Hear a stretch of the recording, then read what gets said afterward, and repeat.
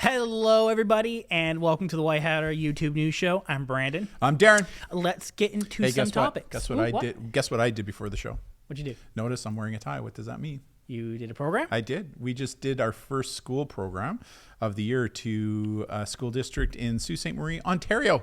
Ontario! Woo! Pretty cool, right? Pretty cool. That's what I love about the White Hatter Virtual Studio. We can beam anywhere and everywhere around the world. Hey, second question I have for you. Yeah. Are you kind of crouching right now? Yes.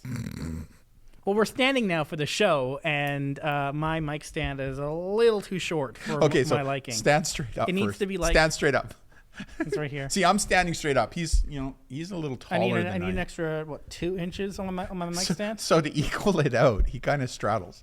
It's pretty funny, actually. Pretty funny. Keegan, have fun with that one. Next, what's up? Let's get into some updates. Okay.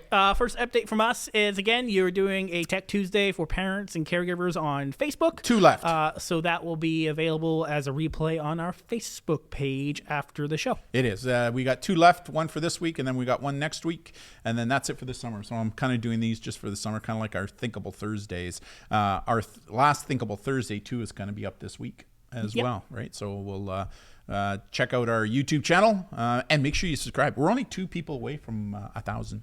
Yeah, at the time of the recording. Yeah, which is pretty exciting. Cool. Pretty cool. Let's get into some news topics. In the news. First news topic that I guess was the biggest news topic last week for privacy, safety, security was T-Mobile. Yeah. T-Mobile's data breach of 40 million people.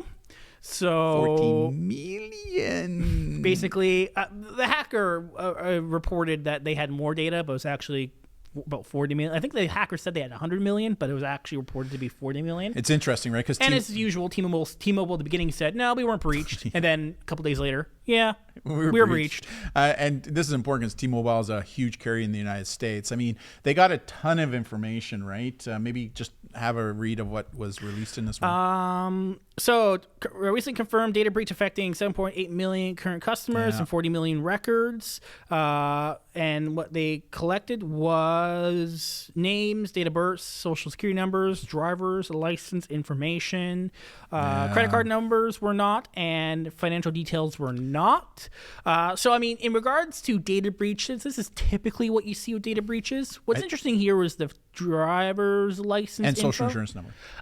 Because you need both to get ID, right? Like, when they said that, none of the financial stuff like credit card numbers was released, okay. But everything else that was released will allow an identity thief what they need to get a credit card under your name, right? Because you need a social insurance number, you usually need a driver's license, and then all the other tombstone information, which was all released. So to me, this kind of goes a little bit above and beyond because a social insurance number and driver's license was released, right? Which is 2 important pieces of information to get, like a bank account. Also, why does T-Mobile have a driver's license information in the database anyways? Good question. I mean, like, why do you need that? I guess if you're trying to prove your identity to prove that, to create an account, who are you? Okay, give me your driver's license information. But I mean, does T-Mobile need to have that in their database? Good question. After they verify? Maybe nobody knew. Now they do. I mean, I don't know. I mean, like, Social Security, okay, I can kind of get that. But for driver's license information? No, good point. Good point. You're a mobile carrier. I think I needed... Here's money. Give me cell phone. I think if I recall, when I went and got my cell phone, I needed to provide my driver's license just as proof of who I am. But I covered the driver's license number so that they couldn't get that. They couldn't record it. So, yeah. I mean, that's a whole other question in terms of access to the internet and gatekeeping people who may not have that form of ID. Well, remember, we did a presentation for a university, we remain nameless, which university we did, and the privacy commissioner or somebody from the privacy commissioner's office was concerned because they were collecting information that really didn't need to be collected. Right. Yeah, it was because the program in question, it was using a standard, like you were getting a ticket that would be mailed to you, but because it was an online program, tickets were not mailed. Therefore, it was not reasonable. Now, that is a very common practice that is used around the industry right now. Will that change in the future? Perhaps. But again, why would T-Mobile need to collect and store driver's license information? I'm assuming it's just for verification of identity. But I mean, but again, information that was released could become problematic when it comes to identity theft, right? Because everything that was released is exactly the gold nuggets an identity thief needs to steal your identity. Yeah. Right. So yeah, it was a big one. But what was funny is, no, we didn't have a data breach. Oh, okay. Yeah, maybe we did. Which is the standard communication lines that most of these companies will try to say first. Exactly. What's next? Next, Google hit with more than 20,000 Geofence warrants from 2018 to 2020. So Google said that they've seen a rise in the number of warrants that call for Google to identify users based on location history, data the company collects for people using its mobile services, which bolsters Google's advertising business. Google sells ads based on location, so they have access to location data, which is then stored in the United States, which is then searchable by warrant. And Canada too, by the way. And Canada, that's true. So, I mean, this is, nothing new, but it's a good reminder that when you're traveling around with this digital device, it's a digital dossier. It creates footprints of where you're going and what you're doing. It's not uncommon for law enforcement, if they get a major crime in a location, that they'll serve Google a document, i.e. this document, to see what has pinged off in that area and to help narrow down, because if they have a suspect and they know who that suspect is, well, then they can track that suspect to prove that they were in that location at the time. Yeah. So any kind of an alibi to say I wasn't there is gone. Well, unless it says someone had my phone. Someone stole my phone. Yeah, that's the other thing that could happen, I guess. But there's a variety of other investigational techniques that could take place to either prove that or disprove it. Oh, you lost, somebody else had your phone? Oh, who was that somebody else? It got stolen. I just need to talk to him. I was at the gym and it got stolen on my locker, which is a common thing that happens. Right. Oh, and how come you have it on you now? It's a new phone. No, it's not. It's the same phone. Why do you have the same phone? If it was stolen, why do you still have the same phone? I got it back. From who? I used geolocation to track it. Yeah. And so where did you track it to?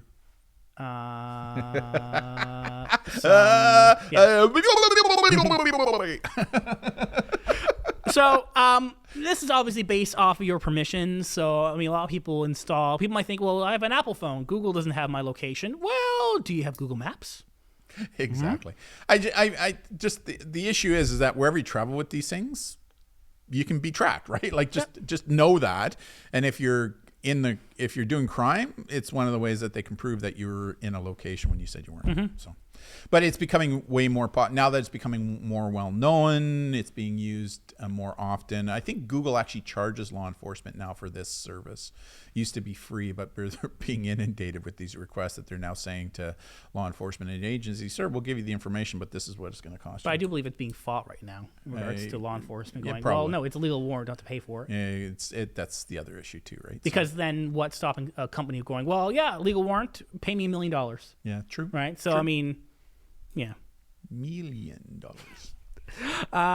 Yeah. Just something to be aware of, I think. And here's Google, trying to privatize your search history by using new private features to remove cookies. And here's the thing that tracks every location you've been. That's right. I mean, like...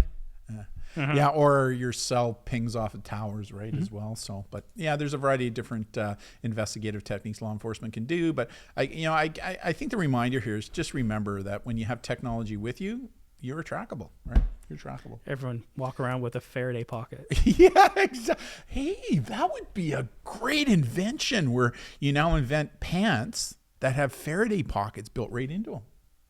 Yeah. You shouldn't have said anything. We could have trademarked and copyrighted that. Are you going holiday shopping this season? Do you want to make sure your significant other doesn't know where you're shopping, what gifts you're going to get? Buy the Faraday pocket. That's a great idea when you think, because you can buy Faraday bags, right? Yeah. And then little things you can slide them into. But if your shorts or your pants had a Faraday bags are material that blocks wireless signals from entering or penetrating. Yeah, exactly, right? So when you think about it, building a Faraday pocket into a pair of pants or into shorts, because everybody has them now. And then you forget that you're waiting for an important phone call. And you accidentally put it in the wrong pocket. And it's like, oh, I didn't get the phone call. Yeah, that's the other thing too. Or if you're annoyed, your boss keeps calling you for work-related purposes and they're not paying you, and you're an hourly salaried employee, you put it in your pocket. Didn't get a signal. Wow. That's a whole legal issue that a lot of people are bringing up. But I still think Faraday pocket, for privacy hawks and that kind of, Anyways, just something to think about when you have these things with you. You're trackable. Pretty much. Yeah. What's next?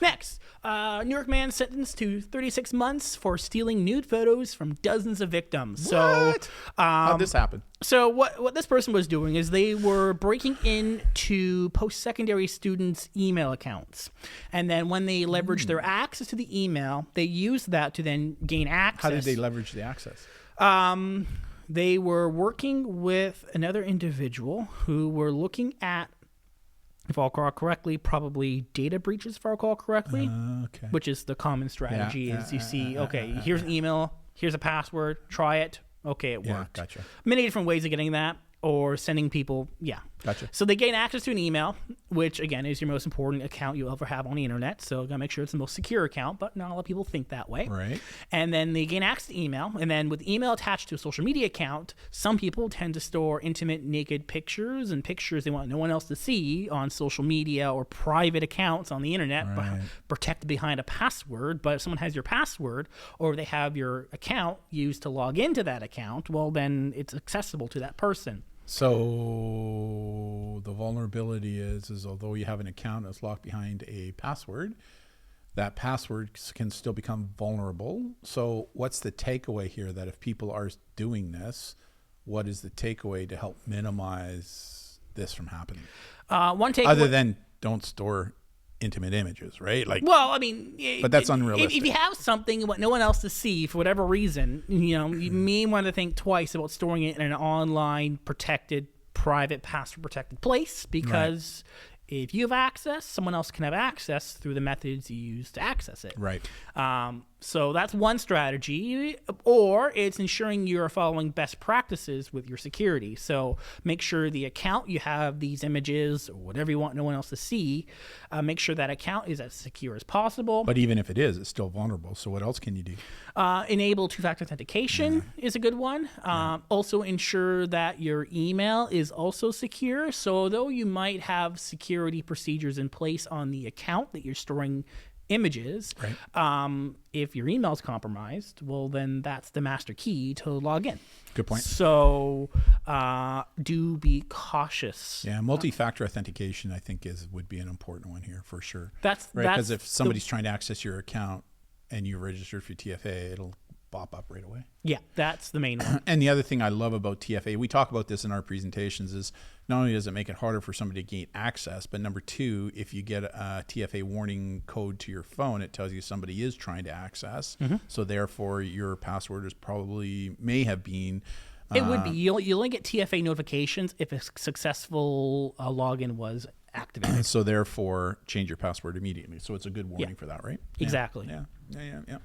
Cool. I think we'll probably add this to one of our student lectures, perhaps. Yeah, I don't think you're... Because we've identified over the last year and a half that a lot of requests we get from students asking for suggestions and advice is often around, my account got compromised, my account got hacked, I got logged on my account, forgot my password. And that's really the big challenge we see right now that's true. with older and younger folks. So, anyways, things to consider. Yep, for sure. That makes sense. State of internet. Just on that, it's interesting. I forget what the report was. We just read it recently. Maybe it was on the last show we talked about it. But it seems like the high school students are really more interested in the privacy component than they are the that was the last security, show. Right? Yeah. Or sorry, the safety aspect. Because the safety aspect of what it is that we do is, it's been around now for quite a few years. So a lot of kids that are in elementary school are starting to get the digital literacy specifically to safety and security, which is a good thing, right? Education is starting to pay off. And I think what's really starting to be a bigger concern to youth now, because they're getting it, is the vulnerability to our privacy, right? With the convenience of technology comes vulnerability. That vulnerability doesn't mean they're always following best safety security practices. That's true. But their concerns are more around privacy rather than security. For sure. That was on the last show. Yeah, for sure. Next one.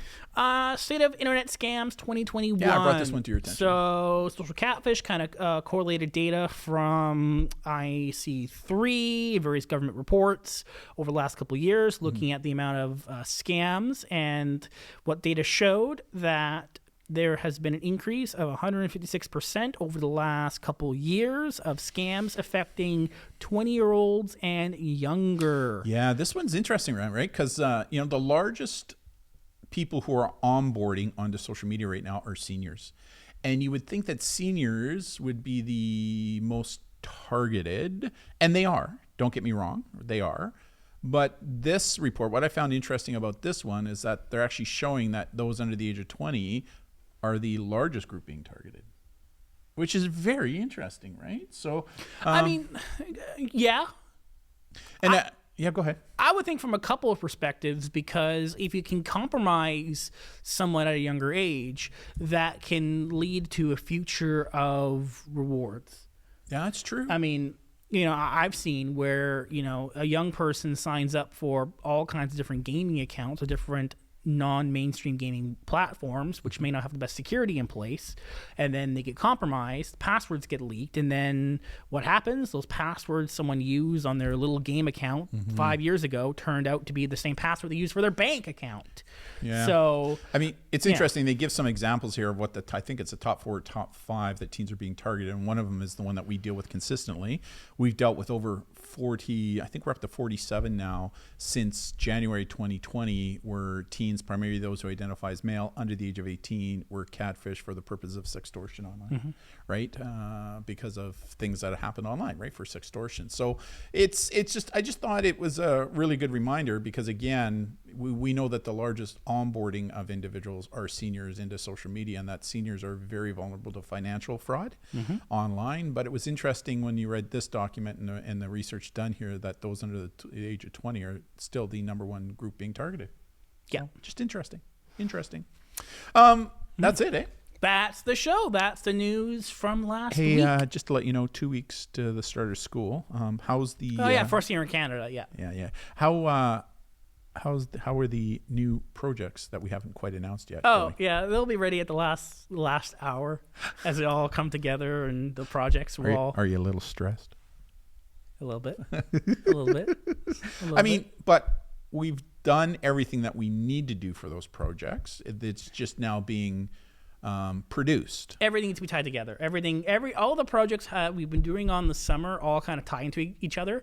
So everything will be done when everything finally gets done. Yeah, and we're presently updating the website now. Like, we're getting everything ready to go.